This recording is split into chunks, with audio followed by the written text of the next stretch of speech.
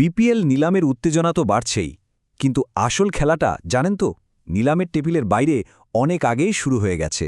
মানে দলগুলো কিন্তু বসে নেই, নিলামের আগেই সেরা সেরা প্লেয়ারদের নিজেদের করে নিয়েছে। তো চলুন এক নজরে দেখে আসি মূল নিলামের আগে কোন দল কতটা তৈরি। শুরুতেই এই সংখ্যাটা দেখুন 12। হ্যাঁ, ঠিকই দেখছেন, এবারের বিপিএলের গল্পের শুরুটা কিন্তু এই 12 জনকে দিয়েই। নিলামের আগেই বাংলাদেশের টপ 12 জন ক্রিকেটারকে 6টা দল সরাসরি সাইন করিয়ে ফেলেছে। তার মানে কি দাঁড়ালো? দলগুলোর মূল কাঠামো কিন্তু অলরেডি রেডি, এখন শুধু নিলামে বাকি জায়গাগুলো পূরণ করার অপেক্ষা। তো কারা সেই সব দল যারা এই প্রথম মুভটা নিয়েছে, আর কোন কোন স্টার প্লেয়ারদের তারা দলে ভিড়িয়েছে, চলুন দেখি। এই লিস্টটা দেখলেই কিন্তু দলগুলোর স্ট্র্যাটেজিটা বেশ পরিষ্কার বোঝা যায়, তাই না?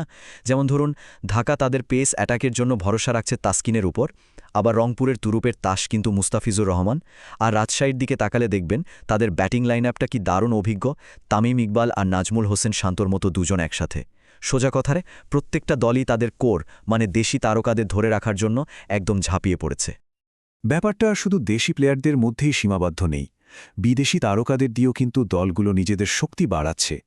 যেমন নোয়াখালী নিয়েছে কুশল মেন্ডিসের মতো একজন হার্ড হিটিং ব্যাটসম্যানকে, আবার ঢাকার টপ অর্ডারে ঝড় তোলার জন্য থাকছেন অ্যালেক্স হেলস, আর সিলেটের বোলিং অ্যাটাকে ধার জোগাতে আসছেন মোহাম্মদ আমির।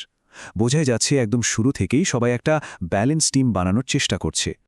আচ্ছা, এই যে এতগুলো বড় বড় নাম আগেই দল পেয়ে গেল, তাহলে এখন প্রশ্ন আসতেই পারে যে নিলামের জন্য আর কারা বাকি রইল, মানে নিলামের মূল আকর্ষণটা কারা হতে যাচ্ছেন। দেখুন, এই ক্যাটাগরিতে যে 6 জন প্লেয়ার ছিলেন তার মধ্যে 4 জন তো অলরেডি টিম পেয়ে গেছেন, বাকি আছেন মাত্র 2 জন, লিটন দাস আর নাইম শেখ।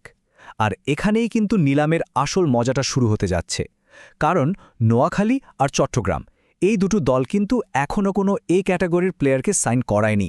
তার মানে লিটন আর নাইমের জন্য এই দুই দলের মধ্যে একটা জবরদস্ত লড়াই কিন্তু আমরা আশা করতেই পারি।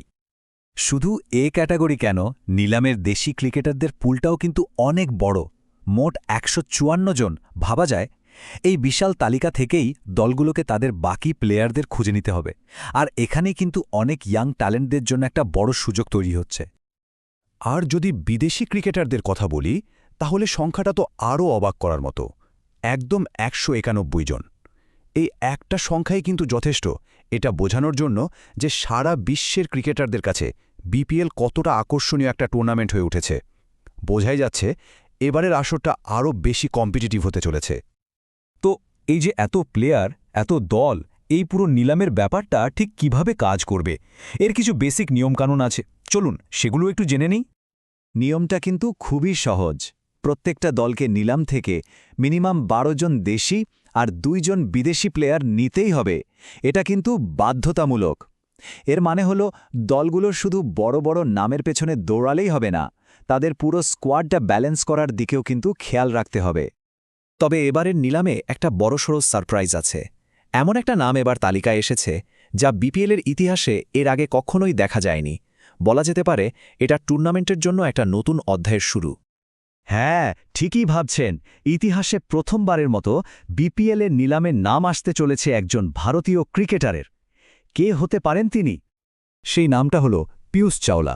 যেহেতু তিনি এখন আর আইপিএলে খেলছেন না, তাই বাংলাদেশের এই ফ্র্যাঞ্চাইজি লিগে খেলতে তার আর কোনো বাধা নেই। এটা যে এবারের বিপিএলের অন্যতম বড় একটা আকর্ষণ হতে চলেছে তাতে কোনো সন্দেহ নেই। তাহলে সব মিলিয়ে কি দাঁড়ালো?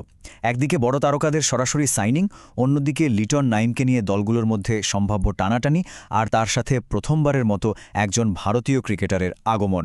সব মিলিয়ে এবারের বিপিএল নিলাম যে একটা জমজমাট ব্যাপার হতে চলেছে তা কিন্তু বলাই বাহুল্য। এখন আসল প্রশ্ন একটাই, নিলামের পর কোন দলটাকে কাগজে কলমে সেরা দেখাবে? অপেক্ষা এখন সেটারই।